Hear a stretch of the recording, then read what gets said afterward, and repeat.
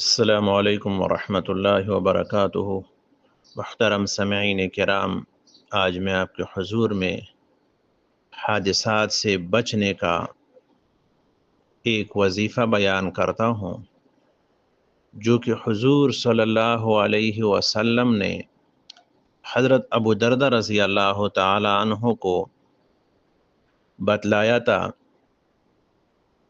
ابو دردہ رضی اللہ تعالی عنہ کے ساتھ خود بھی ایک واقعہ پیش آیا۔ وہ فرماتے ہیں، حضرت تلک رحمۃ اللہ علیہ فرماتے ہیں کہ ایک شخص حضرت ابو دردہ رضی اللہ تعالی عنہ کی خدمت میں حاضر ہوا اور عرض کیا کہ آپ کا مکان جل گیا؟ فرمایا کہ نہیں جلا، یعنی حضرت ابو دردہ رضی اللہ تعالی عنہ نے اس سے فرمایا کہ نہیں جلا۔ پھر دوسرے شخص نے یہی اطلاع دی تو پھر اس کو بھی ابو دردہ رضی اللہ تعالی عنہ نے فرمایا کہ نہیں جلا۔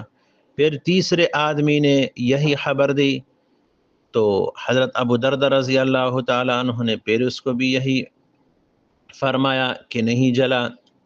پھر ایک شخص نے آ کر عرض کیا کہ اے ابو دردہ رضی اللہ تعالی عنہ، آگ کی شعلے بہت بلند ہوئے، مگر جب آپ کے مکان تک آگ پہنچی تو بجھ گیا۔ فرمایا مجھے معلوم تھا کہ اللہ تعالیٰ ایسا نہیں کرے گا کہ میرا مکان جل جائے، کیونکہ میں نے رسول اللہ صلی اللہ علیہ وسلم سے سنا ہے جو شخص صبح کے وقت یہ کلمات پڑھ لے شام تک اس کو کوئی مصیبت نہیں پہنچے گی۔ میں نے صبح کے وقت یہ کلمات پڑھے تھے، اس لیے مجھے یقین تھا کہ میرا مکان نہیں جل سکتا۔ تو صحابہ کرام کے یقین سے ہم قربان۔